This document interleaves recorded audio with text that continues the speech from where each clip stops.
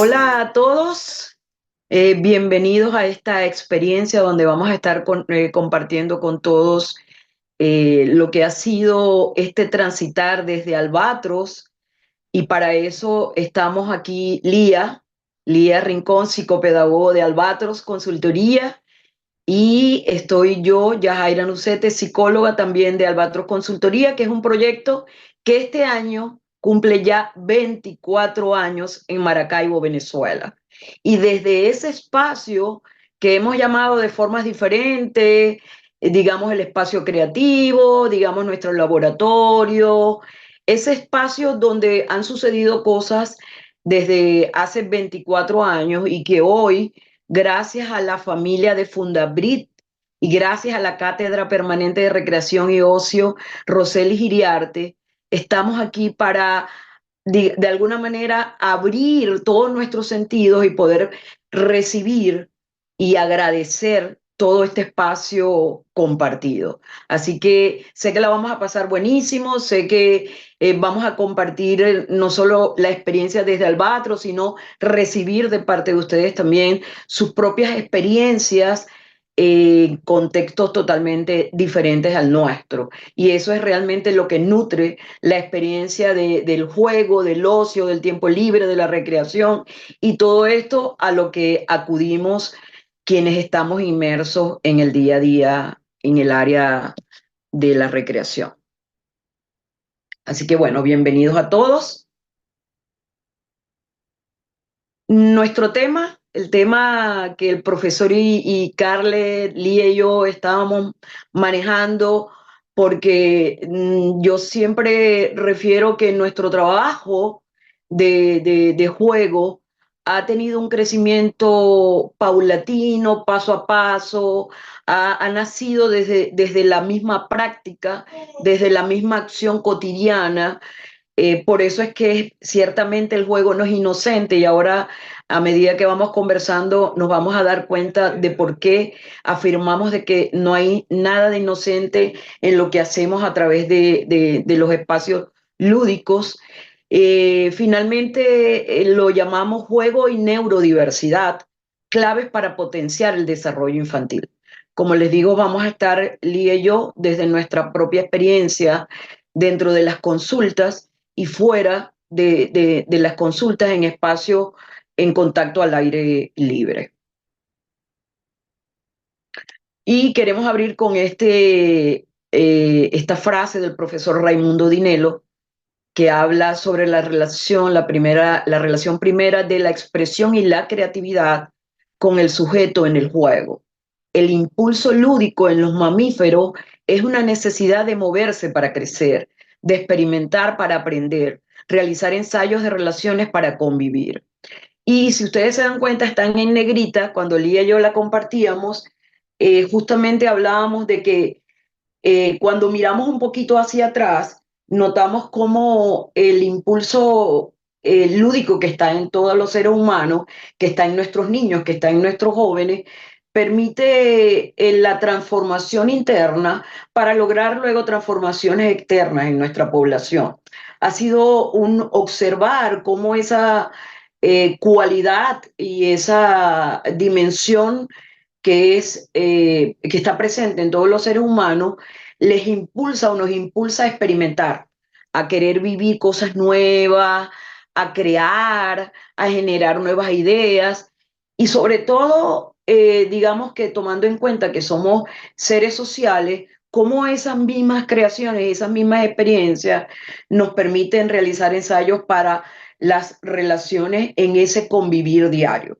Entonces, no, nos encanta porque aquí se recoge mucho de lo que vamos a estar trabajando el día de hoy y por supuesto de antemano contextualizar de qué se trata el tema del juego y la neurodiversidad para Albatros. Siempre decimos que si hubiésemos tenido una cámara desde nuestros inicios, mire, hoy tendríamos una película bastante completa de lo que nosotras vivimos y por lo cual nos hemos adentrado profundamente en el tema lúdico.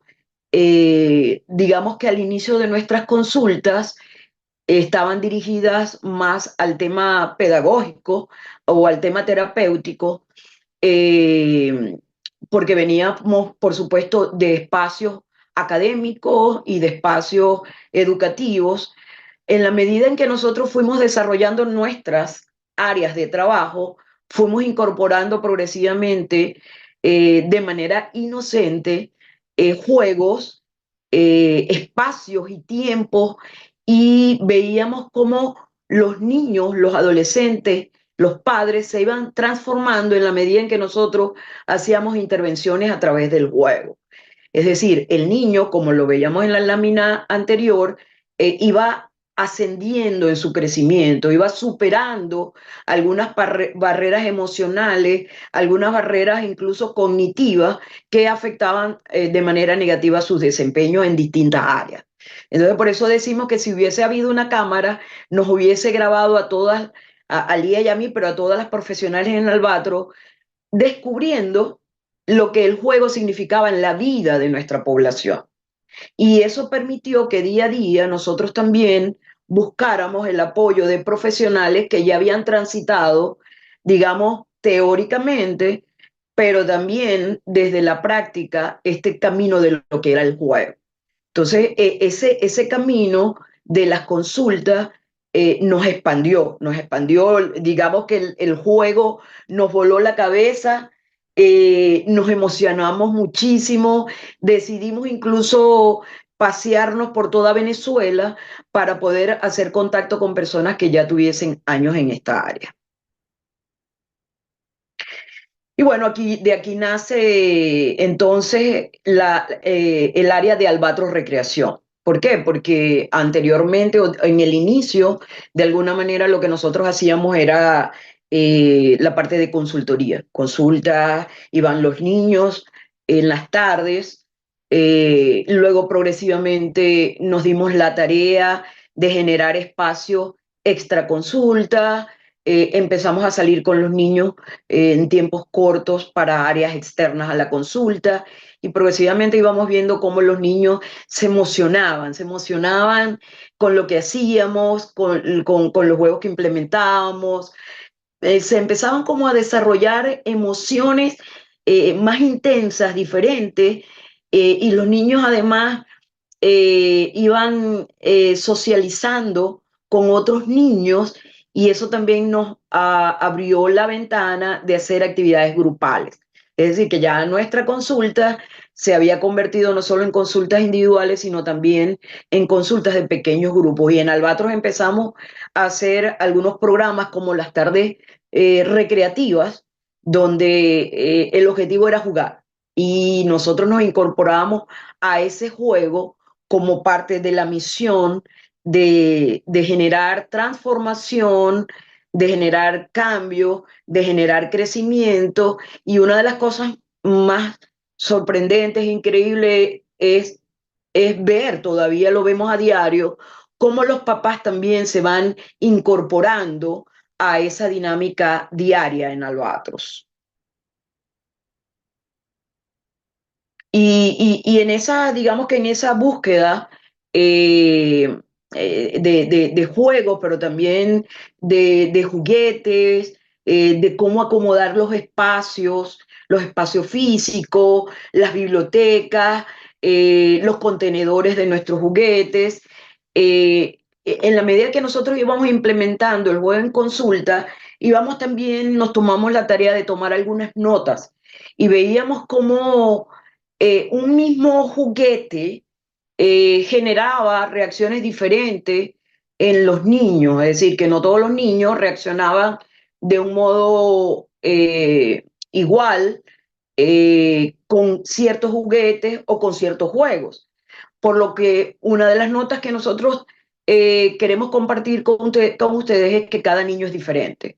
Sé que es algo bastante trillado, pero el mismo sistema educativo, por su modo de generar pedagogía, nos hace pensar que la estructura pedagógica funciona de manera igual para todos los niños, y que todos los niños deberían reaccionar de la misma manera ante las tareas, ante los temas, ante las estrategias que se implementan en el aula. Y con eso nosotros queremos rescatar que desde la lúdica nosotros podemos seguir sustentando que no hay niños unitalla, no hay niños que funcionen cerebralmente diferente, a pesar de que tengan la misma estructura en su cerebro, no funcionan igual.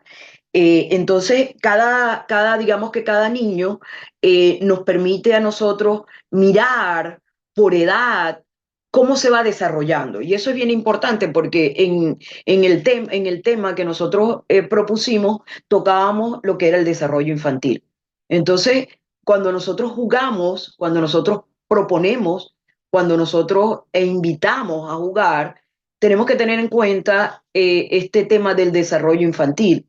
Y en la Albatro pasa una cosa muy interesante y es que dentro de lo que es el desarrollo infantil, nosotros trabajamos con niños desde bebés hasta adultos, porque nosotros tenemos un programa de estimulación temprana y en ese programa de estimulación temprana que se trabaja desde la etapa sensorial y motriz, según las etapas de Piaget, nosotros implementamos algunas estrategias también lúdicas, porque en esa etapa se juega igual, para que el niño tenga una experiencia mucho más sensorial y pueda desarrollarse de manera temprana y pueda estimularse de manera temprana. Pero además, también queremos dejar sentado cómo el juego es el eje transversal en el desarrollo infantil en cuanto a las áreas, no solo a las edades o cómo se desempeña un niño en los diferentes episodios, sino también en las diferentes áreas. Por ejemplo, en el área psicológica, cómo el juego, en mi caso, por ejemplo, como psicólogo, cómo yo implemento el juego para estimular esa parte cognitiva, para evaluar cómo están las áreas, cómo funciona la atención, cómo funciona la concentración. Lo vemos en la foto, el niño, cómo está ahí juntando las piezas. Podemos trabajar por clasificación, por ejemplo, de manera que dentro del desarrollo podemos estimular no solo la parte física, sino también la parte cognitiva, también podemos estimular la parte emocional, el área emocional, el área de la motricidad, es decir, que dentro del desarrollo infantil, el juego es el eje transversal que va desde las edades hasta las distintas áreas. Y es una cosa que encanta porque nos exige a adaptar materiales, como les decía anteriormente, nos exige adaptar espacios, ¿verdad? Digamos que los recursos que nosotros tenemos en el consultorio nos ayudan a lograr que el niño se desarrolle integralmente. Como siempre me dice el profesor Enrique, ustedes tienen un trabajo adelantado en lo que es la recreación o la lúdica en cuanto a la transformación integral. Y el tercer punto que nosotros consideramos, ¿verdad? Es los avances globales que nosotros notamos en las consultas, ¿no? Es decir, digamos que nosotros conseguimos como avance en distintas áreas, mejorar los niños su creatividad, su carita, se da mucho más permiso, con más confianza, su lenguaje mejora porque el juego también tiene la propiedad de que cuando el juego es libre o dirigido también, los niños van expresando sus ideas y además van socializando esas ideas. Y por supuesto el lenguaje crece, también la capacidad para solucionar problemas. Otra de las cosas por las cuales un niño puede ser remitido a una consulta, digamos, Felipe es remitido porque vive situaciones de estrés dentro de su escuela, entonces nosotros desde la ficción podemos recrear soluciones o recrear espacios donde el niño se siente mucho más confianza y pueda manejar esos miedos que a lo mejor le genera el contexto escolar y dentro de la consulta y dentro de esos espacios podemos hacer que esa ficción, esa imaginación, esa recreación permita que el niño exprese y deje allí su miedo, ¿no? Como lo vamos a ver más adelante, de alguna manera el juego sana, ¿ok? Y digamos que desde Piaget, que muchos de ustedes lo manejan, hay otros autores que apoyan estas tres áreas que nosotros proponemos tener en consideración en cuanto a lo que ha sido nuestra experiencia en el juego.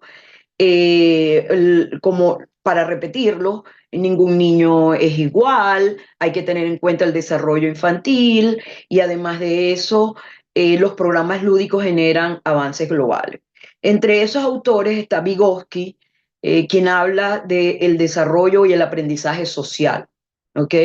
Y ese aprendizaje social fue el que de alguna manera le permitió a este autor hablar también del juego, el juego cooperativo, el juego socializado, y preguntarse en ese juego dramático qué sucede en los niños, ¿no? ¿Qué sucede en su aprendizaje? ¿Cómo yo desarrollo mi aspecto cognitivo, el lenguaje y otras áreas importantes a través de mi participación, de mi imaginación, de cómo yo compartiendo un juego con otro niño puedo generar soluciones y cosas que yo no sabía las puedo aprender no solo del juego con otros niños, sino con mediadores adultos. ¿Ok? Él habla de la zona de proximidad y es justamente cómo los adultos pueden llevar a un niño progresivamente a nuevos aprendizajes. Es decir, hay niños que de repente les cuesta mucho más, porque no todos los niños son iguales, lograr algunos aprendizajes, pero los juegos, el jugar, el juego dramático, el roleplay, incluso esas experiencias que tienen algunas escuelas, jugotecas, ludotecas, que permiten esos espacios donde el niño de alguna manera se mueve con libertad, pueda desarrollar progresivamente y paso a paso sus capacidades. Es decir, y eso tiene que ver muchísimo con el tema que estamos tocando. ¿Por qué? Porque puede ser que algunos niños, ¿verdad?, tengan alguna discapacidad o tengan alguna dificultad para algunos aprendizajes, pero Vygotsky planteaba que la mayoría podía adquirir esos nuevos aprendizajes, digamos, en ese proceso de desarrollo y en ese proceso de socialización, de socializar con otros niños. Y eso es algo que para nosotros es impresionante. Es decir, cuando nosotros trabajamos, eh, digamos, con experiencias indoor o experiencias outdoor, nos damos cuenta cómo muchas veces se abre la mente de algunos participantes con el aporte que otras personas hagan, tanto en niños como en adultos. Lo vemos, por ejemplo, a nivel de adultos, porque esto no escapa a los adultos que juegan, cómo se van consiguiendo soluciones nuevas, cómo se van planteando nuevos lenguajes, nuevas verbalizaciones. De alguna manera se co-crea aprendizajes alrededor de lo que está sucediendo en el juego, pero también en lo que está sucediendo con la otra persona en esos espacios cooperativos. Eh, bueno, esto es algo que lo vamos a ver y lo vamos a pensar y lo vamos a reflexionar una y mil veces más. Lo hemos aprendido en nuestra experiencia campamentil. Existe un manual que se llama Seriamente Divertido. Por otro lado, muchísimos autores, filósofos, escritores hablan de que el juego es algo serio, y es algo que nosotros en nuestras formaciones la compartimos constantemente con los recreadores, con los técnicos, los facilitadores de recreación. Y es que el juego es algo serio y nosotros agregamos algo adicional, y es que el juego nos pertenece, el juego no es algo prestado, el juego no es algo impuesto, el juego no te somete. Digamos que todos los individuos tienen como esa dimensión, ese espacio, ese impulso lúdico que lleva, y nosotros lo vemos, pues digamos que cuando le mostramos a un niño un juguete, su cara, sus ojos, su expresión, nos permite saber que esa emocionalidad hacia lo creativo, hacia lo que puede desarrollar a través de un juguete, está ahí internamente, no le pertenece al juguete, tampoco nos pertenece como facilitadores y tampoco le pertenece al espacio físico. Es decir, hay algo en nosotros, hay algo en los seres humanos que hace que constantemente nosotros busquemos desarrollarnos, cambiar, crecer, crear, buscar nuevas soluciones, vivir de una manera satisfactoria, placentera, bueno, también tensa, porque de alguna manera los aprendizajes también implican eso, ¿no? Y quiero contarles que hace algunos años, no recuerdo exactamente con precisión, Lía y yo nos fuimos a Argentina al estudio de Inés Moreno. Inés Moreno, yo pienso que tiene más de 30 o 40 años escribiendo sobre el juego. De hecho, uno de sus libros los tenemos en nuestra biblioteca. Bueno, yo creo que todos los libros de Inés Moreno, creo que el último no lo tenemos. Y ella habla de la posibilidad en su libro del juego y los juegos de vivirlo desde la misma incertidumbre, como lo leemos aquí. Digamos que no se trata de destruir definiciones o teorías o ideas que alguien haya concebido, todo lo contrario, creo que cada uno de nosotros debería concebir una concepción de lo que es el juego, de lo que son los espacios lúdicos, de lo que es la actitud y la predisposición al juego. Y hay algo que me parece muy interesante, lo voy a leer. Dice, se trata de conquistar un pensamiento que permita dar el salto desde el reduccionismo a un principio hologramático. Este principio es superador del holismo que persiste en el todo, no solamente está en el todo, sino que también el todo está en cada parte. Y yo amo esto porque digamos que el todo puede ser lo que yo les mencionaba anteriormente, la individualidad, el ser humano, el desarrollo infantil. Y también podemos ver ese desarrollo infantil desde sus partes. Pero cuando nosotros estamos en la escena de juego, digo nosotros Albatro, cuando está en la escena de juego, nosotros podemos percibir cómo eso, de alguna manera, esas partes se vuelven un todo, pero ese todo es más que la suma de esas partecitas. Es decir, cuando un niño juega, es más que emoción, es más que intelecto, es más que sus aspectos físicos, de hecho, hasta su parte espiritual, ¿no? Su creencia, su bagaje que trae también de la crianza, de sus costumbres, de la cultura, ¿no? Es un poquito complejo, pero lo reflexionamos constantemente cuando tenemos estas experiencias. Siempre decimos, pero tú te diste cuenta que empezamos con este juego pensando que podía estimular la parte emocional y mira cómo de repente se movilizó mucho la parte física o la parte cómo los niños empezaron a generar muchísima atención, de manera que, como yo les decía al inicio, y lo pensamos así en Albatro, el juego es, y es en el sentido de que quienes mediamos el juego podemos iniciarlo, pero jamás sabremos lo que va a pasar en el juego, porque lo que pasa en el juego es totalmente mágico.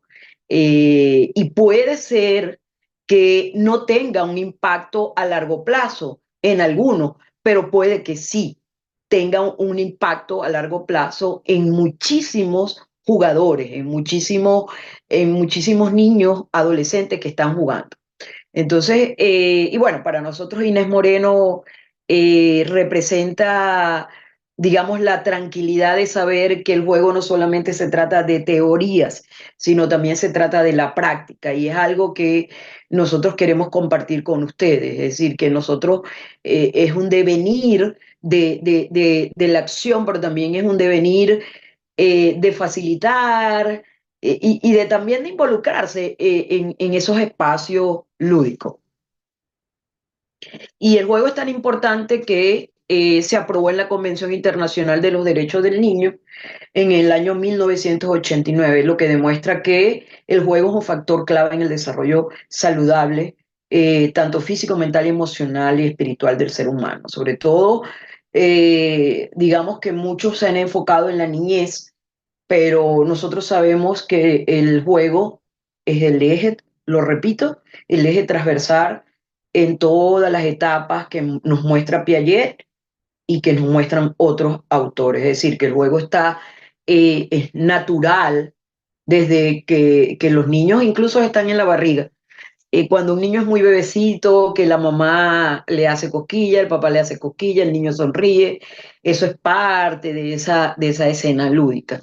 Y yo creo que en el caso de los adultos hay algo que puede ser que bloquee el juego, y uno de ellos es que muchas veces se piensa que el juego es algo no trascendental, que no hay una utilidad en el juego, se asocia mucho a la infancia, entonces el juego y la infancia, así que el que juega entonces es niño, y yo creo que esas son cosas que definitivamente nos bloquean a los adultos. Entonces, no es que el adulto, digamos, puede jugar. No, es que el juego está dentro del adulto también. Esa dimensión y esa intención lúdica nos pertenece a todos los seres humanos. Bueno, también nosotros tenemos historias de cada cosa que estamos mostrándoles aquí. Con Huizinga tenemos, y hay muchísimas cosas alrededor de él, yo me imagino que todos ustedes han leído sobre él. Eh, Nosotros descubrimos que era el primer libro que hablaba del juego y en Venezuela no se conseguía ese libro. Nosotros queríamos tenerlo en nuestra biblioteca, así que nos comunicamos con una profesora en México y nos lo hizo llegar. Eso tardó como, creo que tardó como un mes y medio en llegar. Y yo recuerdo que la empresa de envío nos iba diciendo por dónde iba el libro y eso nos emocionaba mucho, ¿no? Y hay algunas cosas que debo rescatar de acá y que seguramente ustedes también cuando lo lean pues van a hacer sus propias, digamos, conclusiones y también relaciones con otros autores, ¿no? Lo primero es que siempre esa imagen me ha llamado la atención porque vemos a adultos y a niños jugando, ¿no? Pero además de eso es en juegos totalmente variados, ¿no? Es decir, que no hay diferencia alrededor de esa plaza que se parece mucho a nuestro país, a nuestros países latinos, donde generalmente hay pueblos y en el pueblo hay una plaza y alrededor de la plaza las familias salen después de las 6 de la tarde a jugar. Entonces eso de alguna manera tiene para Albatros una relación emocional, ¿no? Y un significado muy particular, ¿no?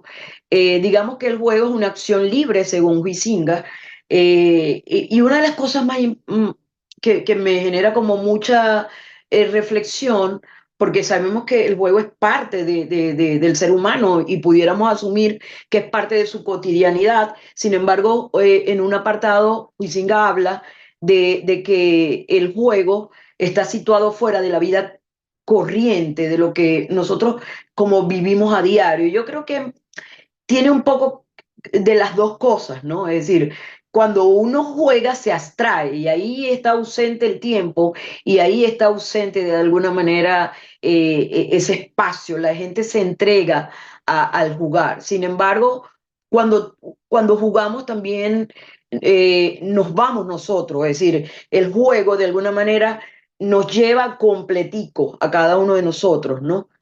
Con nuestras creencias, con nuestras emociones, con todo lo que somos. Estamos allí en el juego, de manera que eh, ambas posiciones pudieran hablarnos de que el juego de alguna manera nos abstrae de nuestra cotidianidad y por eso la invitación permanente a jugar, porque genera bienestar, porque de alguna manera baja el nivel del estrés, porque te saca de la tensión, pero el juego está en nosotros, así que no hay modo de que no pertenezca a nuestra cotidianidad, no solamente a nuestra cotidianidad, sino también a lo que hemos vivido, a nuestras creencias.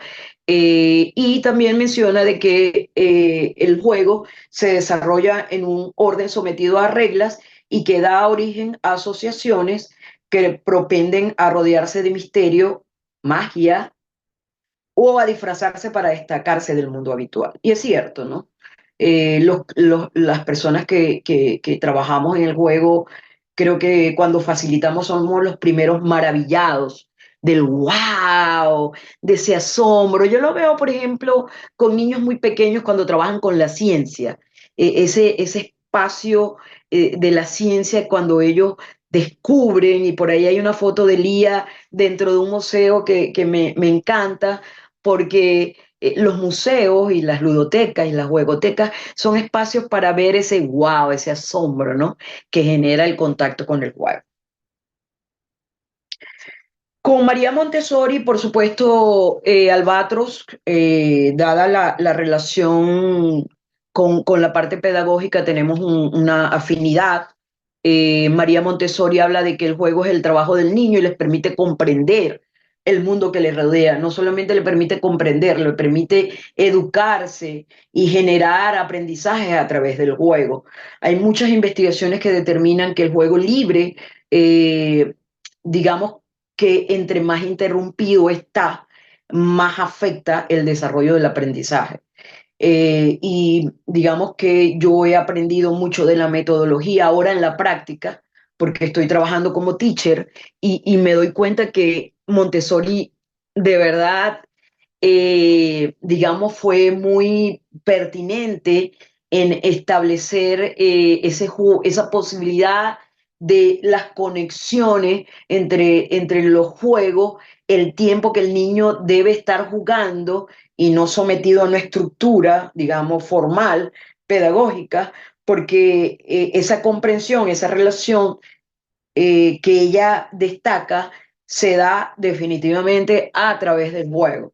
Es decir, el niño no solamente desarrolla su lenguaje cuando está jugando, sino que descubre, además ensaya, cuando está jugando con la cocinita. En Albatros nosotros tenemos un espacio donde hay una cocinita y siempre decimos, wow, es la misma cocinita, son los mismos utensilios, son los mismos juguetes, la misma frutica, la misma cestica, y todos los días, cada minuto se genera un juego distinto, lo que efectivamente nos hace saber que el juego no está en el juguete. El juego, de alguna manera, el juguete contiene el juego y redimensiona ese aprendizaje, pues, porque cada día, cada niño que juega hace de eso un juego totalmente diferente. Es asombroso, sí, es asombroso y es una de las cosas que podemos compartir con ustedes. Nuestra experiencia con Inma Marín, por supuesto, después de la pandemia, creo que por obvias razones, estuvo muy en el tapete de las redes, de la instrucción a la familia, de generar espacios espontáneos, de disfrute, y por supuesto su juego tiene muchísimos escritos, libros. De hecho el último se llama Jugamos, que es la pregunta que el niño generalmente se hace cuando conoce a otro, ¿no? Se conoce a través del juego, jugamos. Y el juego tiene la cualidad de la curiosidad y la creatividad. Fíjense cómo hemos hablado constantemente de la creatividad. La creatividad es parte de eso que nos pertenece, que es la lúdica, ¿no? Ese espacio para crear, ¿no? Así que con Inma Marín, ojalá tengamos la oportunidad también de conocerla. Sus entrevistas son maravillosas, le da una importancia al jugar en familia, al jugar en la escuela, al crecimiento a través del juego. Bueno, nuestra mentora a distancia, Inés Moreno, que tiene un estudio que fue creado, que está latente, que ahora está en redes sociales, lo pueden buscar como Espacio Inés Moreno, Estudio Inés Moreno, lo pueden buscar en las redes sociales, ahí lo van a conseguir. También tiene muchísimos libros que valdría la pena que pudiéramos tener en nuestras bibliotecas, pero también poder hacer a la gente de Fundabrí quizás algunas sesiones de discusión a través de la Cátedra Permanente de Recreación y Ocio, de poder discutir alguno de estos capítulos. Digamos que para Inés Moreno el juego no es la actividad en sí, es el espíritu con el que se aborda esa actividad, es el espíritu lúdico, es la actitud lúdica que nosotros nos propongamos. Y cualquier actividad puede transformarse en juego y ninguna puede llegar a serlo. Quiere decir que el juego no es inocente, cualquier objeto puede transformarse en juego, ¿no? Y por supuesto, eso que sucede, sucede dentro de nosotros. Cuando nosotros estamos en algún momento de nuestras vidas, podemos asociar nuestros pensamientos a cosas que ya vivimos y esas cosas que ya vivimos pueden estar asociadas a juegos y a experiencias. En estos días que le preguntaba a un participante en una actividad cuál era el recuerdo que tenía de su infancia y mencionó el recuerdo de cuando su papá llegaba a su casa y lo primero que hacía era acercarse a él y a su hermana y rozarlos con su barba. Y eso es juego, de alguna manera. Y ese juego se hizo parte lo internalizó y es algo que él hace de alguna manera también con sus hijos, ¿no? Y en sus labores educativas. Con Stuart Brown también tenemos un libro, de hecho, hicimos un- una vez un desafío y a la persona que lo ganó le regalamos el libro porque Stuart Brown, un norteamericano, habla de cómo el juego nos pertenece en todas las especies y habla dedica mucho tiempo a ese juego de los animales, ¿no? De cómo él observaba ese juego de los animales y pues nos transmite de alguna manera cómo el juego surge desde los mamíferos a las personas de una manera muy natural. Pero además de eso, también Stuart nos transmite lo importante que es el juego en los adultos. Por eso hay apartados que él hace de cómo, por ejemplo, el juego progresivamente ha sido dentro de las empresas un canal para el aprendizaje, un canal para desarrollar el potencial del recurso humano, pero también nos habla de la creatividad y la innovación. Es decir, eso me parece, digamos que, bien importante, ¿no? Los momentos en que más vivos nos sentimos y que acaban convirtiéndose en nuestros mejores recuerdos son los momentos en los que jugamos. Y ahora Lía los va a llevar a ustedes dentro de un rato a eso, a cuáles son esos juegos que nos llevan en nuestra infancia, ¿no? Bueno, nosotros hemos pensado y miren, nosotros nos hemos dedicado horas, de horas a simplemente sentarnos a reflexionar y a conversar sobre el juego, ¿no? Digamos que el juego para nosotros es una recreación de la vida humana, es decir, nosotros a través del juego podemos crear y recrear, encuadrar y reencuadrar experiencias. Eh, el cómo sí nos ayuda a poner en práctica nuestras potencialidades que algunas veces están escondidas. Cuando yo juego, pongo en el tapete, vamos a decir así, mis capacidades, mis posibilidades. Con el juego yo soy capaz de descubrir emociones que antes no tenía. Y a nivel terapéutico, el juego permite reencuadres emocionales importantes. De manera que para nosotros el juego es eso, es como ese reflejo de la vida humana y es todo, es lo que somos nosotros. Y los seres humanos que somos psicológicamente, mente, corazón y acción, mente, emoción y comportamiento. Y cuando nosotros queremos hacer cambios, nosotros tenemos que enfocarnos en esos elementos psicológicos para hacer transformaciones.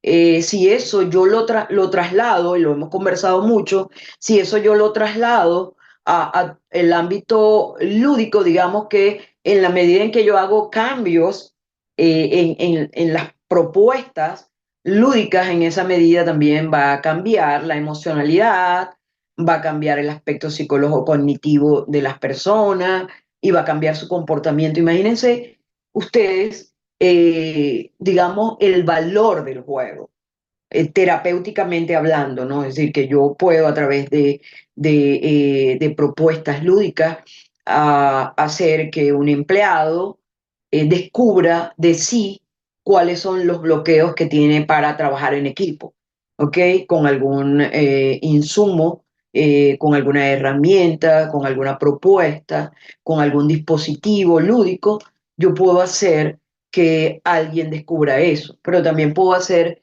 que un niño genere mucho más confianza porque una herramienta, un dispositivo puede hacer que el niño exprese su emocionalidad.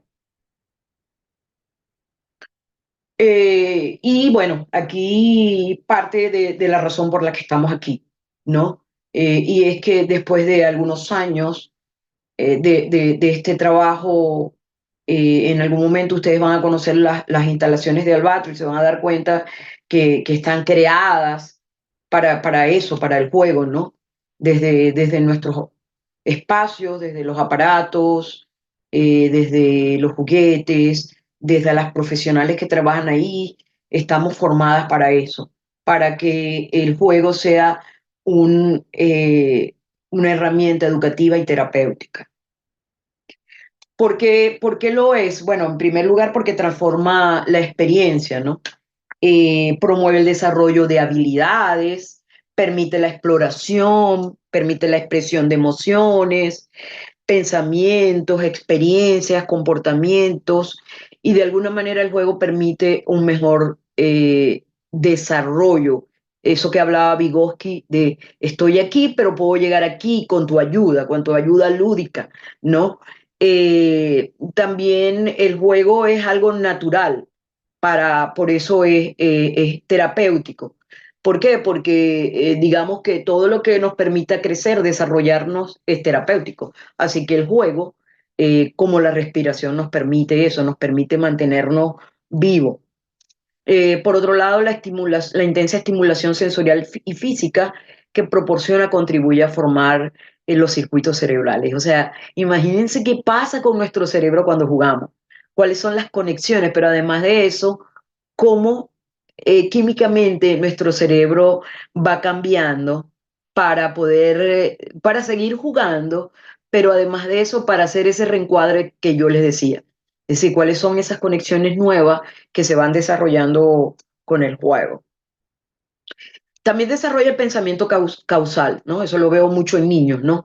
Cuando juegan, por ejemplo, cuando hacen ciertas cosas y se les cae. Ah, ok, a través del juego yo descubro que haciendo esto, esto puede caerse porque es más pesado.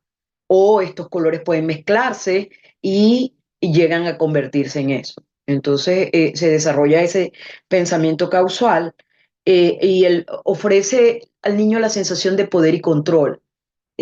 Saben, como que el niño cuando está jugando es como el niño de la capa, como el niño superhéroe, como el niño cuando juega cree que lo puede controlar y se controla su manera de ver el mundo, su comprensión del mundo. Además de eso, puede contribuir a los sentimientos de logro y confianza y por medio del juego y las terapias basadas en el juego, los niños pueden comunicarse de una manera no verbal, simbólica y orientada a la acción. Por eso nosotros realmente utilizamos el juego en los aprendizajes y cuando los niños son remitidos a psicopedagogía, lo estamos viendo. Todas estas fotos que estamos compartiendo con ustedes son fotos reales que tenemos de nuestro consultorio y de nuestras sesiones. Y por supuesto en la parte psicológica ayuda a lidiar con los problemas emocionales y sus conductas, ¿no? Por eso yo les decía que nuestros casos cuando son remitidos, por ejemplo, cuando hay mucha tensión en el ámbito familiar, invitamos a los papás a la consulta para que sean parte de ese cambio, ¿no? De ese juego, de esa transformación, incluso cuando hay dificultades, por ejemplo, en los métodos de crianza o en la comunicación, dejamos a los papás con los niños jugando y luego compartimos las observaciones en función de ese crecimiento, ¿no? Eh, los espacios para la lúdica y el juego, ¿no? Y aquí lo podemos interpretar de cuáles son los espacios de la vida y de la vida y de nuestro desarrollo en los cuales está involucrado el juego y la lúdica. Y en ese caso, digamos, podemos decir que en todos los ámbitos de nuestra vida, porque como ya lo dijimos, la lúdica va con nosotros a todas partes, entonces pertenece a todas nuestras áreas, pero también al espacio físico. Entonces, en cuanto a esto, es importante saber que el juego no solo permite canalizar, expresar, liberar, sino elaborar, procesar y metabolizar lo que siente, lo que se siente y se piensa. El gran aporte del juego es que todas estas conductas se ponen en acto. Es decir, cuando yo juego, me pongo allí yo con todo lo que soy. Y cuando lo coloco allí, yo me estoy mirando y me encuadro y puedo reencuadrar y puedo adquirir, digamos, vivencias y experiencias nuevas y competencias nuevas. El juego es puro hacer, en el juego se toma contacto directo con uno mismo y no hay espacios para las máscaras. El juego conjuga pensamiento, nuevamente lo repetimos, sentimiento y acción. El juego es sanador por excelencia, por eso es que dentro de nuestra inocencia, nosotros no sabíamos, digamos que todo el poder que tenía el juego y lo fuimos descubriendo afortunadamente desde la práctica, en el poco a poco. Y bueno, eso nos llevó, por supuesto, a seguir profundizando a nivel teórico. Los espacios, como les decía, están en todos lados, en la parte empresarial, comunitaria. Nosotros lo tomamos en la parte de salud y como recurso educativo para fortalecer el área cognitiva, que el área cognitiva, la atención, la concentración, el análisis, la memoria. Importante esto, que lo hemos trabajado nosotros y nos gusta compartirlo y es que mucho se lee del aprendizaje, pero cómo el juego afecta positivamente el aprendizaje, el metaaprendizaje. Y es que cuando a un niño se le hace preguntas, que lo estilamos mucho, de qué significó esa experiencia, eh, qué cosas ve él en el juego, generalmente esa respuesta a él le hacen caer en cuenta de cómo ese juego le ayuda en su aprendizaje. Y eso es lo que nosotros queremos aportarle, ¿no? Que también el juego ayuda al aprender aprendiendo. ¿Por qué? Porque hay una reflexión del juego y allí aprende cómo debe aprender en esos procesos cognitivos, ¿no? Pero también el juego nos ayuda a desarrollar las 5 esferas de la inteligencia emocional, la autoconciencia, el autocontrol, la empatía, las relaciones sociales y la motivación, ¿no? Para fortalecer las habilidades sociales, que es todo un tema también, es decir, cómo el juego ayuda al ser humano a desarrollar habilidades para la vida de una forma práctica, es decir, cómo yo a través del juego, y algún día ustedes se darán cuenta cómo a través de ciertas experiencias lúdicas, ustedes de alguna manera en lo personal desarrollaron en su vida algunas habilidades. En una sesión, la próxima sesión, vamos a hablarles de la legoterapia y cómo la legoterapia, el juego con Lego, ¿verdad? Ayuda a desarrollar esas habilidades sociales. Y por supuesto, nosotros proponemos formalizar espacios, equipamiento de salas, potenciar los tiempos lúdicos. Digamos que no es que no haya formalidad en nuestras consultas, pero sí hay una invitación permanente a jugar, ¿verdad? Y esto es un juego que nosotros amamos, ¿verdad? Uno por sus colores, que nos habla de las distintas formas de jugar. También nos habla de la curiosidad, de cómo esta esfera se puede convertir en algo tan grande, pero también en algo tan pequeño, y cómo lo hacen, cómo la hicieron, ¿no? Cómo la desarrollaron para que fuera tan perfecta. También cómo se usa. Hay personas que la usan para mejorar su nivel de atención, para practicar la respiración, mindfulness, de yoga, ¿verdad? Pero también para jugar en espacios al aire libre. Es increíble, nosotros lo hacemos porque nosotros promovemos la aventura en otros espacios y este tipo de juguetes también lo llevamos a esos espacios, ¿no? No nos pertenece solamente a espacios interiores, sino también lo utilizamos en espacios exteriores. Y que esos juegos sean para todos con una perspectiva de inclusión y respeto a la neurodiversidad.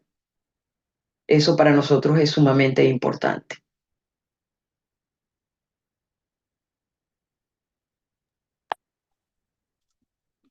Por eso en este momento quisiéramos llamarlos a que escriban en ese chat rapidito, rapidito, tres palabritas que para ustedes estén allí. ¿Qué significa eso de neurodiversidad? ¿Qué es la neurodiversidad? Vamos a dar un pequeñito tiempo para que todos en el chat vamos anotando esas tres palabritas que cuando escuchamos el término neurodiversidad se vienen a nuestras mentes, ¿ok? Han habido muchísimas participaciones en relación a lo que es neurodivergente, neurodiversidad, incapacidad, discapacidad, compromiso, y los términos han ido evolucionando en la medida en que también los humanos y toda la sociedad pues se ha ido adentrando en encontrar una forma mejor de entendernos y de alinearnos en nuestra sociedad.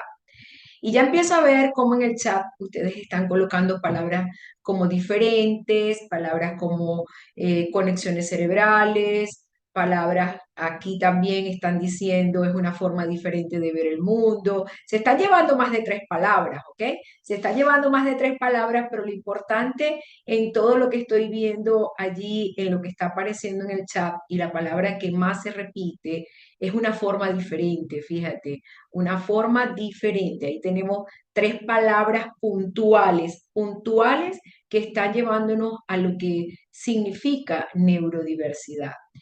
Es una constante las palabras que voy viendo y que ustedes están allí repitiendo. Diferencias, conexiones cerebrales, cerebro, neurociencia, muy bien. Y realmente, pues, a lo largo de cada una de las opiniones que ustedes están dando en el chat, vemos como hay activistas, hay autores que también nos apoyan en este concepto, que a lo largo de la historia ha ido teniendo cambios y ha ido pasando de ser una perspectiva netamente médica a ser una perspectiva más humana, más solidaria, más social, donde tomamos en cuenta al individuo no solo a través de aquellas oportunidades que él tiene para mejorar o de esas debilidades que están presentes para aquellas personas que así lo consideran, sino también que estamos dándole una fuente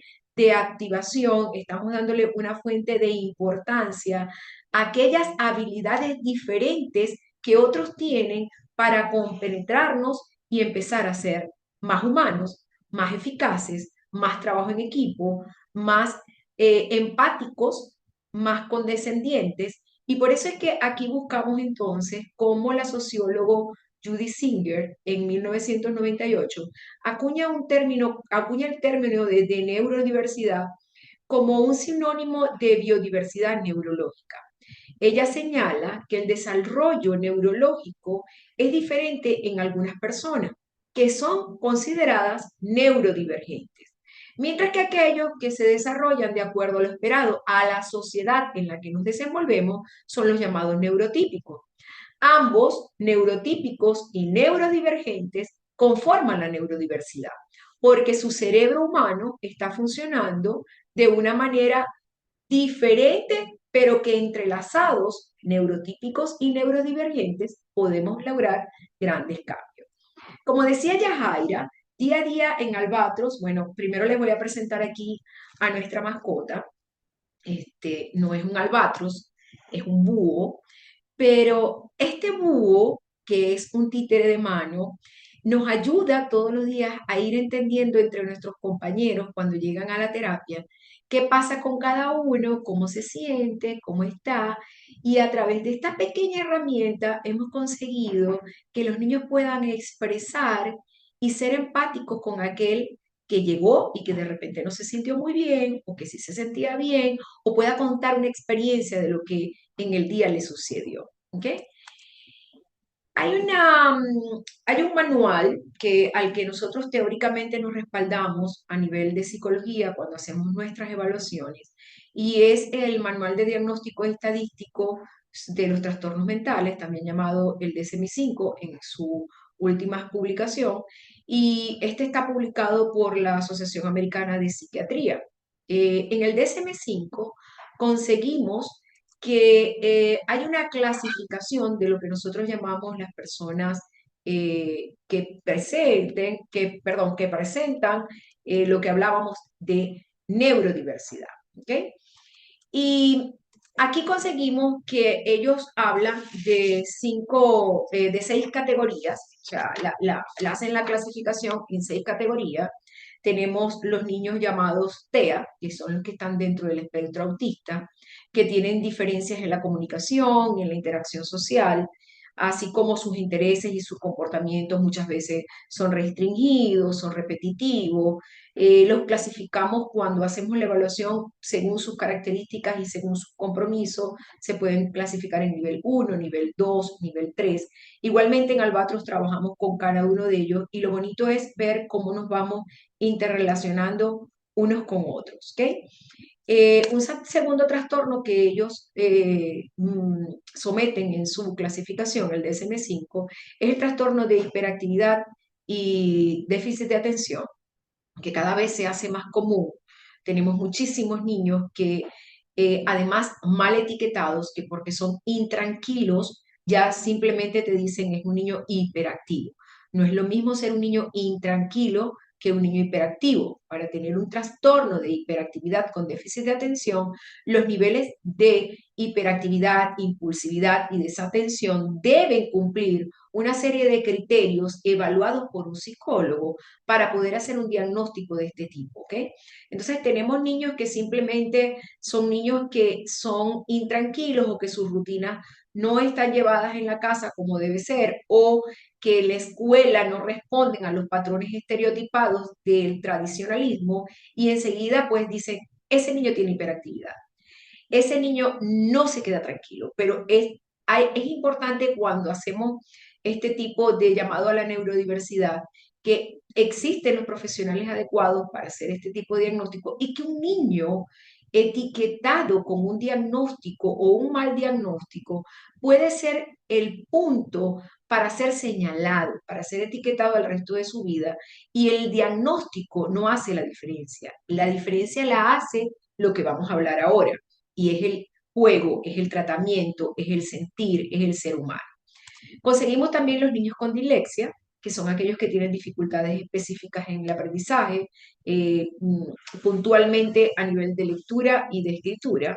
También acá están los trastornos de aprendizaje de discalculia, que son algunos problemas a nivel de las matemáticas, disgrafia, que son problemas a la hora de escribir, y dispraxia, que son aquellos problemas y dificultad en la coordinación motora. ¿Okay? También tenemos los trastornos bipolares, que son cambios extremos del estado de ánimo, niños que de repente están muy, pero muy tristes, o niños que de repente están muy, pero muy alegres, y no saben explicar el por qué están sintiendo ese tipo de conductas o ese tipo de cambios en sus emociones. Y por último tenemos los esquizofrénicos o la esquizofrenia, que es un trastorno mental que afecta el pensamiento, las emociones y el comportamiento. Realmente en estos últimos nuestra experiencia es poca, porque bueno, la mayoría de los niños que poseen esquizofrenia infantil son manejados más clínicamente que pedagógicamente. Sin embargo, hemos tenido algunos y se han visto los resultados desde el punto de vista social, desde el punto de vista de relax, de poderse mantener calmados y de aprender algunas técnicas para relajarse, como por ejemplo, como hablaba Yajaira, con la esfera, aprender a aumentar su respiración en la medida en que el globo se expande y a soltar cuando el globo se desexpande. También lo hacíamos, lo podemos hacer, y disculpen, con esta pelotita que tengo acá, ¿ok? Entonces, bueno, con la pelota, cuando la pelota sube, respiramos por la nariz, cuando la pelota baja, soltamos el aire por la boca y además estamos mostrándole la figura de una emoción, que en este caso es la alegría. Y lo hacemos sobre todo cuando tenemos un chamo que está muy triste o que está enojado y que a través del juego, con esta herramienta, con este juguete, con este implemento, logramos empezar a soltar algunas emociones y algunos sentimientos que están en él y que de alguna manera ayudamos a canalizar y pasar de un estado a otro para continuar con la actividad que quisiéramos comenzar con él. ¿Ok? El DSM-5 verdaderamente se enfoca en aspectos más clínicos, más sintomatológicos, pero es una referencia para poder hacer la evaluación y poder hacer el diagnóstico a nivel psicológico y a nivel neurológico. ¿Okay? Es la base, porque ¿qué pasa? Cuando el psicólogo evalúa y cuando el psicólogo en nuestro equipo, el psicólogo, el neurólogo hace la evaluación del niño, o del adolescente, pasa que cuando va a terapia, nosotros nos valemos de esas recomendaciones que están en ese informe y esas recomendaciones clínicas, esos aspectos sintomatológicos que muchas veces tienen unos picos porque a nivel conductual están unos muy altos u otros muy bajos. ¿Qué hacemos nosotros?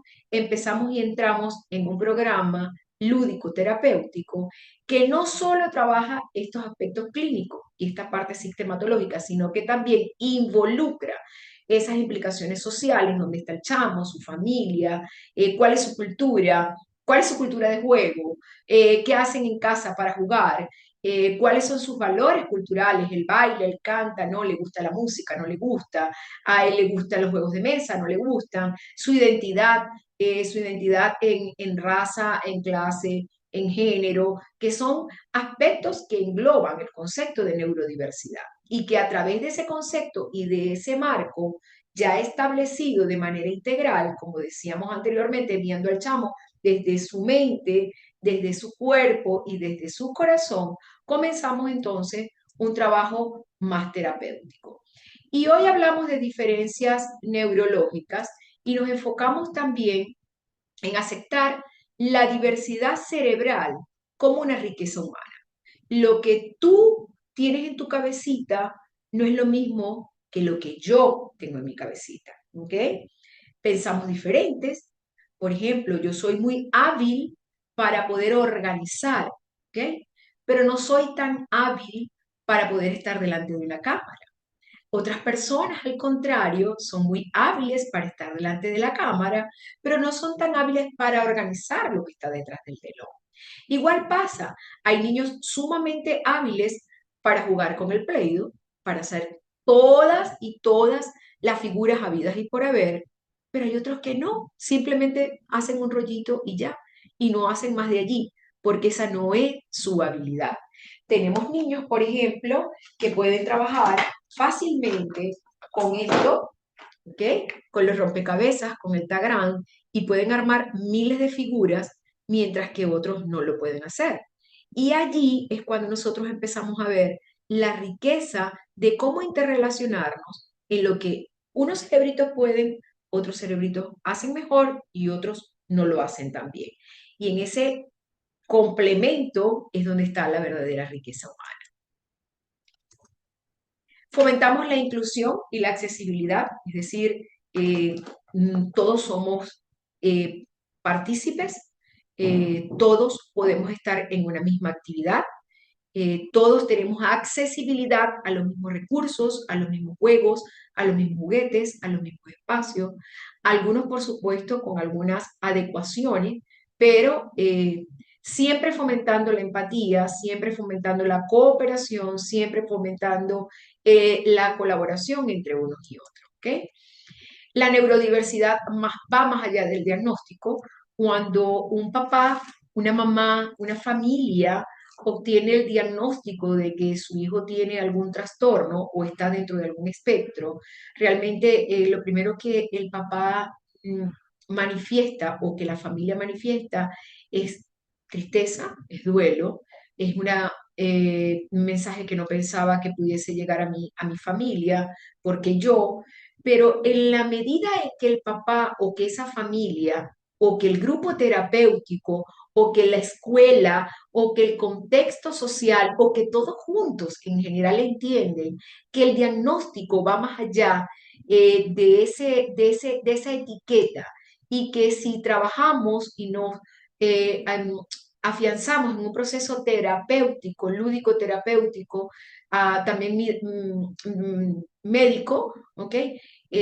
Los resultados pueden ser bárbaros. Nosotros tenemos casos de niños que en la actualidad están en la universidad con diagnósticos que en su niñez o en el momento en que se hicieron, como decimos en el contexto folclórico, pues nadie apostaba para él. Y hemos visto resultados maravillosos. ¿Ok? ¿Por qué? Porque, bueno, precisamente dentro de de la neurodiversidad está la interseccionalidad y es conectar, es saber que somos un eje, es que no es una sección aquí y otra sección allá, es que estamos mezclados, que entre la interrelación es donde está el verdadero significado. ¿Y qué recuerdas tú, por ejemplo, de qué jugabas? ¿Cuál era tu juego favorito cuando eras niño? Vamos y volvemos a escribir en el chat para que ver, a que se despierten y volvamos ahí a ir escribiendo cada jueguito que nos acordamos que hacíamos en esos momentos cuando estábamos niños, cuando estábamos en familia, cuando visitábamos a los abuelos o cuando estábamos en la escuela con nuestro grupo de amigos, ya no tan niños, cuando empezamos a ser adolescentes. Ok, aquí están algunos, jugábamos trompo, ajá, las metras, muy bien, muñecas, muy bien, subíamos los árboles, muy bien, jugábamos en la carretera las caimanas, muy bien, el escondite, siguen escribiendo, a ver, bailábamos, muy bien, cantábamos. Fíjate tú la diversidad de juegos que estamos viendo y que eran juegos favoritos del entonces. Hasta ahora nadie me ha colocado que jugaba con las computadoras. Hasta ahora no ha salido la tecnología. Básicamente estamos viendo que los juegos que estamos colocando en el chat son juegos que saltaba la cuerda, muy bien, jugábamos pelota. Fíjate que han sido juegos que pueden hacerse de manera indoor o outdoor, es decir, dentro o fuera de la casa. Jugábamos carta en familia, jugábamos ludo, fíjate. Fíjense que hemos visto una gran diversidad de lo que ustedes están escribiendo allí, que está buenísimo y que se describen como juegos favoritos de cuando éramos niños. Y siempre cuando una persona tú le preguntas, ¿jugabas en la infancia? Te decía sí, y jugaba solo. Bueno, sí, a veces, pero me fascinaba jugar con mis amigos, ¿ok?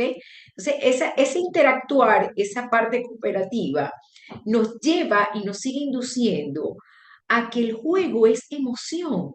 Y lo que despierta emoción trae aprendizaje. Y esa es una de las grandes premisas con las que nosotros hemos afincado o nos hemos afinado a seguir eh, eh, fortaleciendo la actividad lúdica. Hablaba Francisco Mora, que es un gran autor de la neuroeducación, viene de la neurociencia, y es uno también de nuestros mentores, porque creemos en que la emoción traduce aprendizaje y el juego es emoción. Cuando yo juego estoy emocionado. Puedo tener una emoción muy alegre o puedo estar muy triste porque perdí si estoy haciendo un juego de competencia. Pero generalmente dentro del juego están implicadas emociones, está implicada la creatividad, está implicada la innovación, está implicado el ánimo, ¿ok? Y ese cambio de emociones me va dando herramientas para el aprendizaje. Es por eso que todos poseemos un impulso hacia el juego, independientemente de nuestras competencias. Es decir, independientemente de que lo sepamos o no lo sepamos, siempre tenemos un impulso a ir al juego. Lo máximo que alguien te puede, un niño le puede llegar y le dice al otro, ¿quieres jugar? em, ¿Quieres jugar el juego de preguntas y respuestas? Y él le va a decir el otro, es que no lo sé jugar, pero yo te ayudo. Es decir, dentro de una y otro, yo no sé leer tan bien, pero tú sí. ¿Qué tal si lo hacemos juntos? Entonces allí empieza a ver que la diversidad no suprime las ganas de jugar, al contrario, las aumenta porque el juego es cooperativo, el juego es complementación. El juego es una herramienta que es útil para el diagnóstico y el tratamiento, un poco lo que venimos hablando en casos de neurodiversidad. Definitivamente nosotros somos fieles creyentes de que a través del juego y de los juguetes nosotros podemos encontrar en los niños y en los adolescentes respuestas eh, que instrumentos tradicionales no lo logran.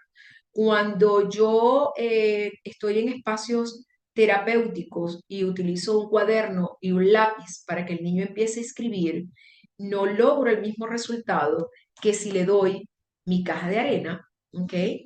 Mi caja de arena sensorial y comenzamos a hacer letras, palabras, dibujos. Y a partir de eso empieza un proceso de lectura, empieza un proceso de escritura, que también lo utilizo a través de, por ejemplo, cuando estoy jugando con los Play-Doh o con las plastilinas, ¿ok? Y le digo, mira, vamos a hacer una culebrita. Y empezamos a manejar, empezamos esto, ¿ok? Cuando yo hago esto, cuando yo trabajo con esta masa flexible, yo estoy empezando a soltar, estoy empezando a trabajar pinza, ¿ok? Estoy empezando a trabajar agarre y esas son habilidades manipulativas que necesito para el proceso de la escritura. Y si yo le digo que él tome sus dos manitos y que haga un rollito, ¿ok? Y luego que haga este rollito, lo una, a ver, a ver, a ver, a ver, a ver, hacemos grandecito, grandecito, grandecito, y luego lo unimos, ¿ok? Y cuando descubrimos y lo unimos así, vemos que se está formando la letra O. No es lo mismo que yo tome un cuaderno o un cuaderno de lectura, o un, perdón, o un libro de lectura y que le señale que está la letra O, porque se ha demostrado que el aprendizaje, además de ser emoción, también viene y debe entrar por todos nuestros sentidos. Y cuando yo estoy trabajando con esto, ¿ok? Y estoy a través de esta masa flexible, estoy demostrando no solamente la sensorialidad, también estoy viendo colores, ¿ok? Estoy utilizando la vista, pero también estoy oyendo sonidos, porque yo puedo hacer esto y escuchar cómo mueven mis manitos y cómo se escucha, ¿ok? Pero también puedo trabajar el olor, porque este Play-Doh casualmente tiene una esencia y es de coco. Entonces, ¿a qué te huele? Y todo eso forma parte del aprendizaje. Y cuando yo le digo a qué te huele, él me dice, ay, me huele a coco. Ah, pero fíjate, la palabra coco también tiene una letra que es la que ahorita estamos haciendo, ¿ok? Que es la letra O. Y coco tiene la letra O dentro de ella. Y así voy jugando, pero a la vez voy diciéndole que estamos aprendiendo, en este caso, un proceso de lectura y de escritura, ¿ok? Que pudiésemos implementar con otras cosas. Definitivamente en el juego no hay etiqueta posible. El juego es espontáneo, el juego es sensación, el juego es sentimiento, el juego es expresión, el juego es cooperación, ¿bien? Y trabajamos en unas premisas de neurodiversidad día a día, ¿ok? Día a día en nuestros espacios, además de que hacemos cosas como las que están en la fotografía con nuestros títeres, pero también utilizamos los que ven allí, colocamos cositas en la cabeza, nos disfrazamos, trabajamos con los superhéroes. ¿Y por qué? Porque nos hemos dado cuenta que el cerebro humano funciona como un ecosistema. Es decir, no es una máquina a la que tú le das instrucciones y simplemente responde. Esa máquina necesita combinar todos los ingredientes, necesita combinar no solamente lo cognitivo, necesita combinar también lo afectivo, necesita combinar lo psicomotor, necesita combinar las sensaciones para poder dar un ecosistema que a su vez pueda producir respuestas individuales y diferentes y además que sean respetadas. ¿Por qué? Porque en los seres humanos existen a lo largo un espectro continuo de competencia, y lo hablábamos anteriormente. Tú puedes ser competente para algunas habilidades, pero para otras no. Y la riqueza de esto está en que nos entrelacemos, que ese ecosistema se relacione y se pueda fortalecer para ser cada vez mejor. No siempre tener estrategias para adaptarse al entorno determinan cuán inteligente sea la persona. Por ejemplo, un niño TEA, si yo tomo estas maracas, y no es solo uno, sino dos, y se las hago aquí en el oído, uy, imagínate, o sea, el sonido para los niños con TEA realmente es desgarrador, pero para eso tengo este, ¿ok? Que es un sonido más suave y que le puedo decir que hay sonidos, que hay colores, pero también nosotros manejamos esto que está aquí, que son las botellitas de la calma, ¿ok? Igual produce sonido, igual tiene color, igual tiene destellos de luz porque tiene escarcha y son súper fáciles de hacer. Fíjense que es una botellita, ¿ok? Y que hemos ido adaptando para poder enseñar colores. Fíjense que aquí tengo verde, ¿ok? Y aquí también tengo verde. Entonces, ok, ¿cuál es diferente? ¿Cuál es igual? Si de este tengo verde y azul, este tengo verde y naranja, ¿cómo suena este? ¿Cómo suena este? ¿Mm? Si lo muevo de arriba hacia abajo o lo muevo de derecha a izquierda. Bien, estoy aprendiendo entonces también nociones espaciales, pero puedo hacer un juego, porque ¿quién ha dicho que esto es una botella? A ver, esto no es una botella, para mí es un avión, ¿ok? Y puedo producir el ruido del avión, pero también puedo decirle al niño que esto es un tren. Y volvemos a esa experiencia maravillosa de crear, de definir, de darle magia, de darle ese sentido de, wow, qué bonito, wow, y es el avión. Y a mí me gustan los aviones. ¿Y de qué color es el avión? A ver, ¿y el avión va por tierra o va por aire? Y cuando el niño empieza a darte respuestas a esas preguntas, se empieza a crear una historia en la que todos participan y empiezan a entrar elementos innovadores, no solo del espacio cognitivo, sino también elementos innovadores del espacio social, del espacio familiar, del espacio de sentimiento. ¿Ok? El hecho de que una persona sea considerada discapacitada o dotada depende en gran medida de las capacidades que son valoradas en la sociedad donde vive.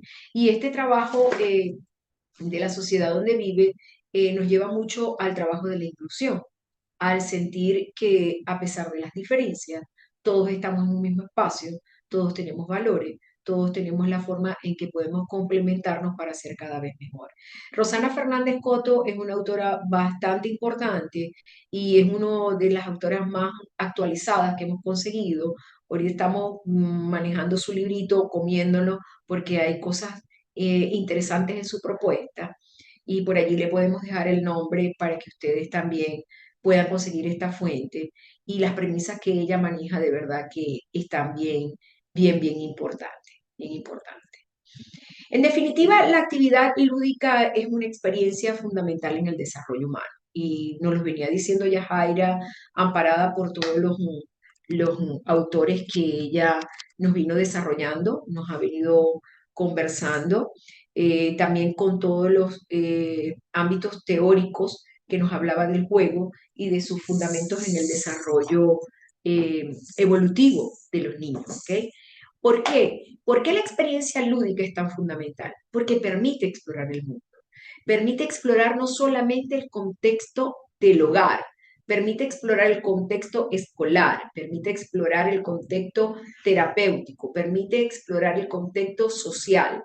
Y el juego, en esa exploración, como la vida misma y como lo dice María Montessori, el trabajo del niño es jugar, él va conectando y en esas conexiones neuronales, cada una diferentes, por esa neurodiversidad en la que estamos hablando, se van dando procesos de aprendizaje que son la base, la base para conseguir otros aprendizajes posteriores que empiezan a hacer el análisis, la síntesis, la resolución de problemas, aquellos procesos cognitivos más complejos, aquellas funciones ejecutivas más complejas que el niño necesita para ser adolescente y luego para ser adulto.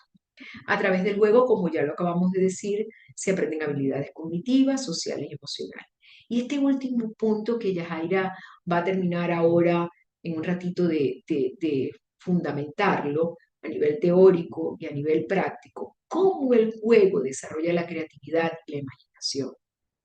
Los niños que juegan son menos estructurados, tienen la capacidad de solucionar mejor los problemas. Los niños que juegan tienen la capacidad de reinventarse, de buscar solución a que sí, como por ejemplo el niño que está en la lámina. Ese niño tiene la capacidad de poder crear castillos de arena de acuerdo a su imaginación, de acuerdo a su creatividad y poder pasar todo el día imaginando que llegan los príncipes, que llegan las reinas, y a lo mejor no son los príncipes ni son las reinas, sino que simplemente son las ratitas, ¿ok? Que llegaron a visitarlo. O de repente él dice que no, que es el dinosaurio. ¿Cuántas historias no cuentan los niños a partir de algo tan pequeño como esto que es el dinosaurio? Fíjate que es chiquitito y tú le enseñas y le pones en su manita al niño este dinosaurio y le dices, mira, te vino a visitar el dinosaurio hoy y cuéntame, él te quiere conocer, cuéntame cuál es tu nombre, cómo te llamas, de dónde vienes. Ay, pero qué lindo, mira, el dinosaurio va hacia arriba, hacia abajo.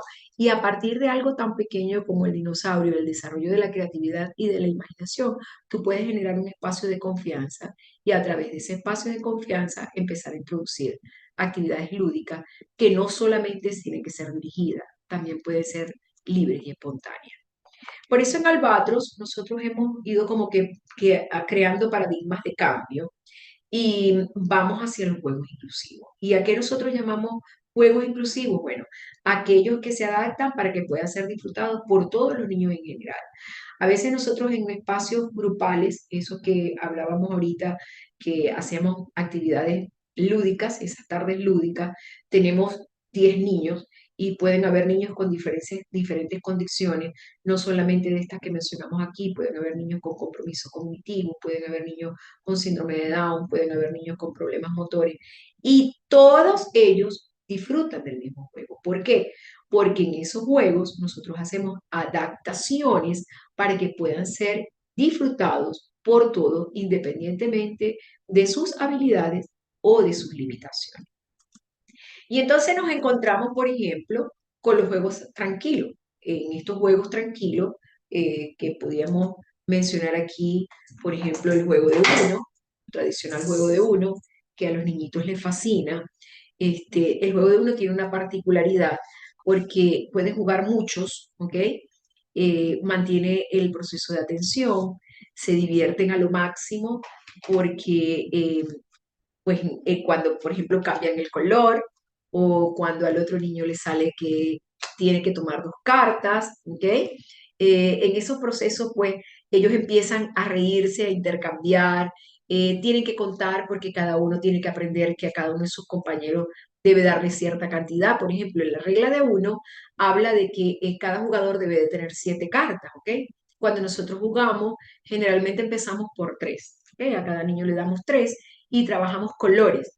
Muchas veces no trabajamos números o no trabajamos forma, ¿ok? Solo trabajamos colores, porque, por ejemplo, a algunos se les cuesta, le hace la dificultad entre el 9 y el 6, ¿bien?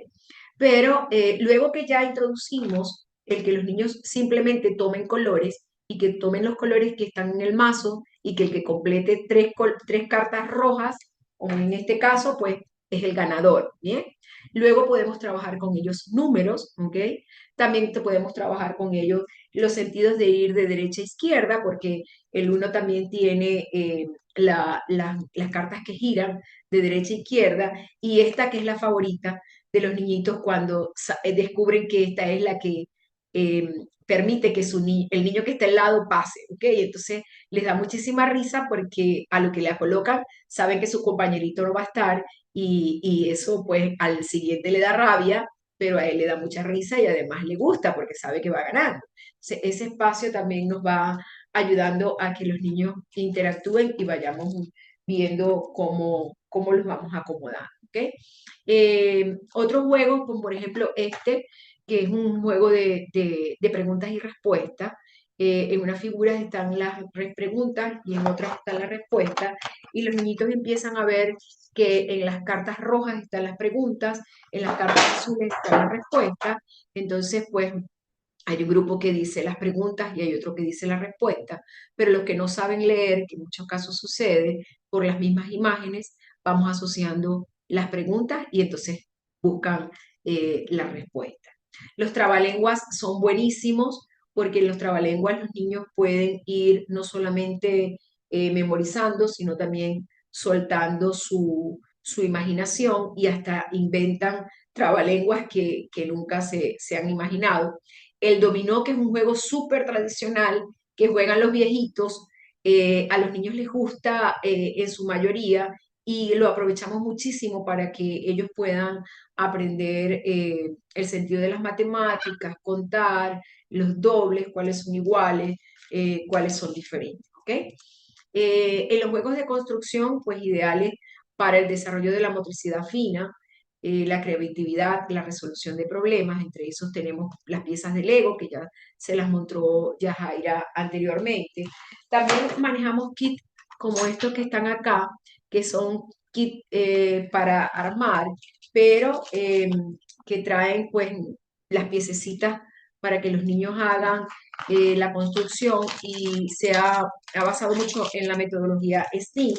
Trae sus tornillos, trae su alicate, trae su destornillador y esto lo usamos para los niños más grandes que pueden lograr pues hacer invenciones también con este tipo de material que es bien rico, ¿no?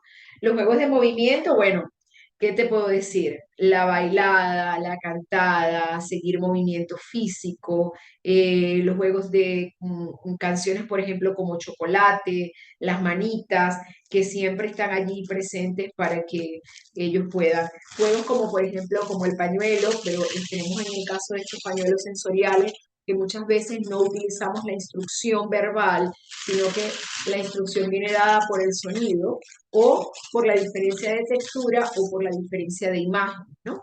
Que también se utiliza para hacer adecuaciones y trabajamos mucho la parte de atención porque se empiezan a cambiar las reglas de un juego normal, como por ejemplo el pañuelo, ¿okay? Que es un juego tan...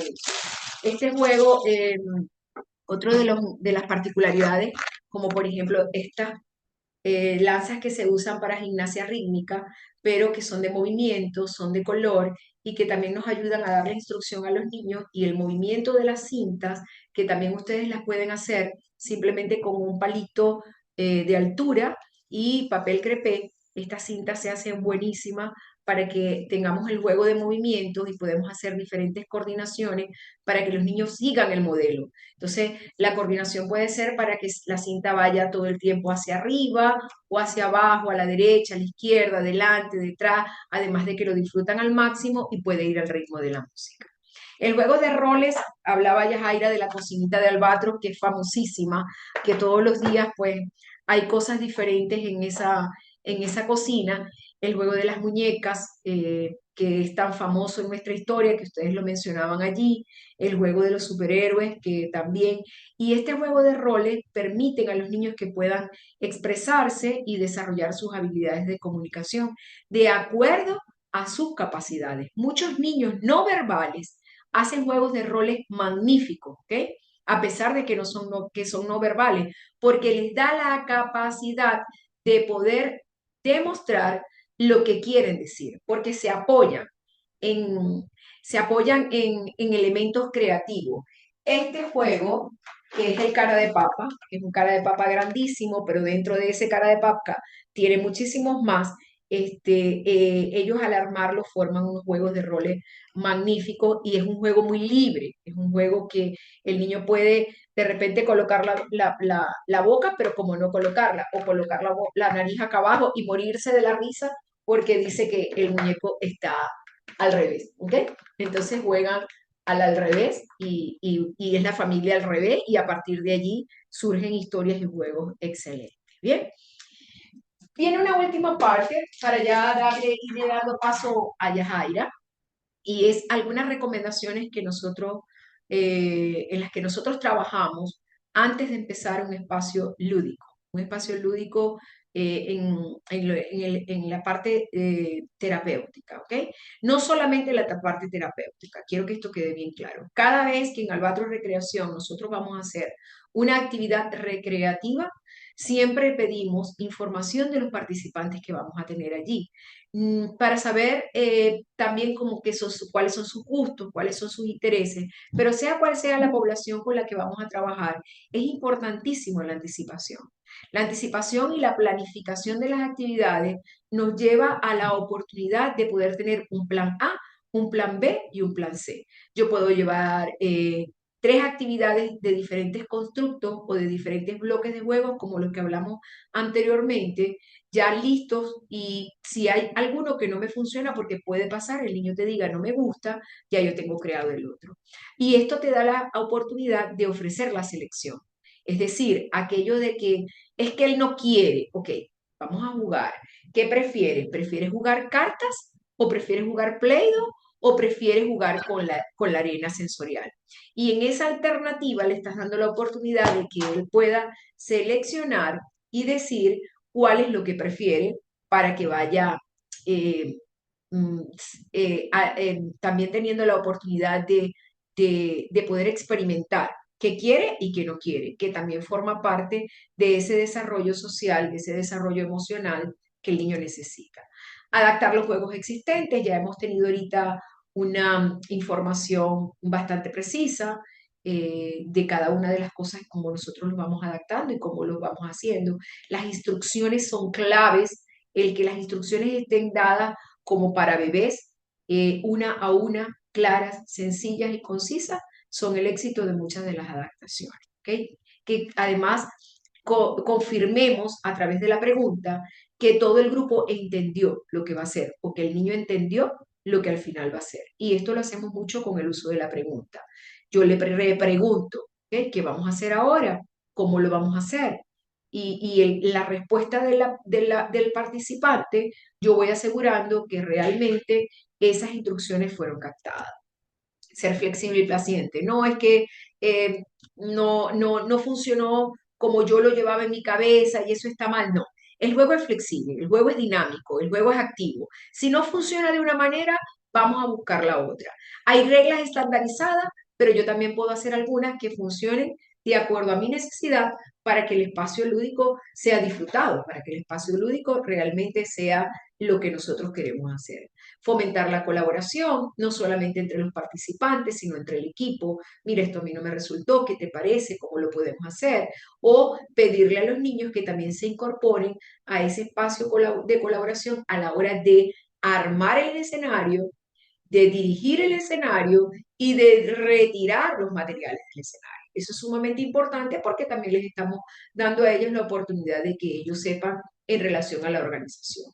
Reconocer la diversidad, no todos son iguales, unos son más rápidos, otros son más lentos, unos son más audaces, otros menos audaces, pero ahí en ese complemento es donde está el verdadero fruto. Y bueno, despertar la creatividad. ¿Y cómo se despierta la creatividad? A través de la magia. Si no hay magia, no hay la opción de que eso pueda eh, surtir emoción. ¿Okay? Y la magia se da con la diferencia. Si tú todos los días sacas lo mismo, el mismo huevo y los mismos materiales, eso no te va a dar resultado. Pero si tú todos los días llegas con algo diferente, yo puedo llegar hoy hasta con esta pincita que me va a permitir recoger cositas pequeñas del piso y entonces, ajá, vamos a recoger todo lo que consigamos. Ay, mira, fulanito se consiguió tal cosa, y lo vamos echando en una cestica y cuando tengamos todo listo, empezamos a jugar con lo que está allí, ya yo estoy despertando magia. Y esa creatividad, esa función de creatividad es importantísima. Entonces, eh, en realidad, dentro de Albatros, todos promovemos el juego y creemos fielmente en que todos poseemos el impulso hacia el juego, independientemente de nuestras competencias. La neurodiversidad no tiene nada que ver con el juego. Los niños neurodiversos también pueden jugar, los niños neurodivergentes también pueden jugar. Su única diferencia es que debemos aceptar sus diferencias neurológicas, sus diferencias sensoriales, sus diferencias emocionales para poderlas engranar. Y esa diversidad no suprime las ganas de imaginar y de crear. Gracias, gracias Lía. Bueno, Lía nos hizo un pasaje interesante para lo que viene.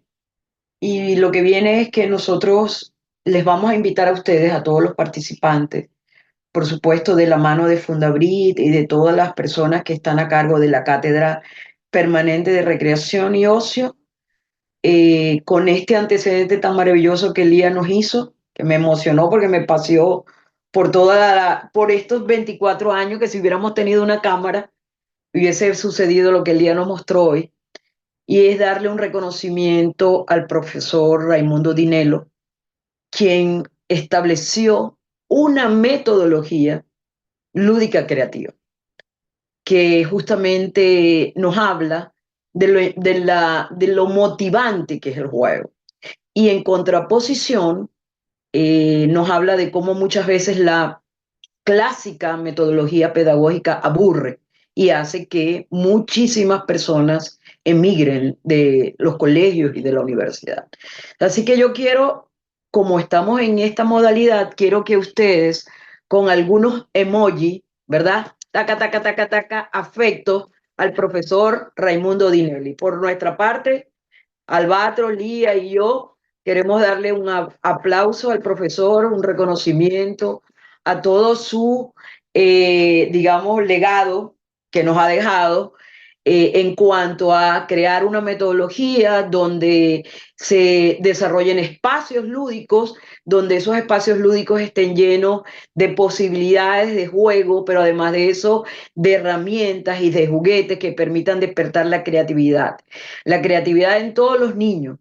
Y en nuestro caso, el día de hoy queremos, mientras ustedes están, no paren, no paren, más, más emoji, caritas, corazoncitos, ¿verdad? Porque queremos justamente eso, queremos hoy dar homenaje a la creatividad, homenaje a la diversidad y queremos desde aquí ir cerrando, dándole a ustedes también algunas ideas para despertar esa creatividad, además de esos emoji, además de esos abrazos, abrazar la singularidad, crear un ambiente estimulante con cantidad de juego, con oportunidades para contactar, para crear, para hacer juegos sensoriales, para crear, digamos que un espacio de ánimo y de motivación para la expresión artística sin vetar, de cuentos, de títeres, de material reciclado, de posibilidades de tocar la arena, de con la pinza recoger objetos, tocar los árboles, las hojas, conectar con otros niños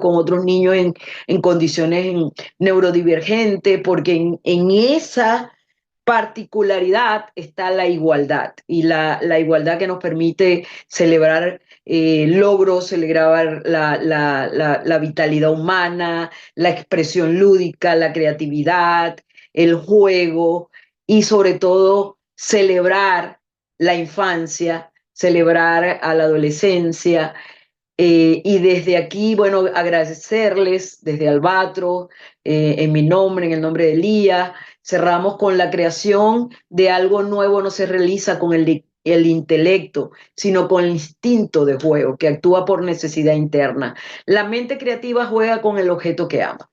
Y nosotros amamos el juego, ustedes aman el juego, por eso están aquí. Gracias, gracias al equipo de Fundabrí, al profesor Enrique, a Carlet, a todos ustedes, a los emojis que han enviado, a los aplausos que han dado, a las opiniones que han expresado, a mostrarnos los juegos que han jugado y a toda esta dinámica tan emocionante que hemos compartido el día de hoy. De verdad, gracias de parte de Albatro. Lía, bueno, te despides también hasta la próxima, literalmente hasta la próxima. Hasta la próxima. De verdad que un gran placer haber compartido con ustedes. Esto tiene una segunda parte. Pronto vamos a estar allí. Chao.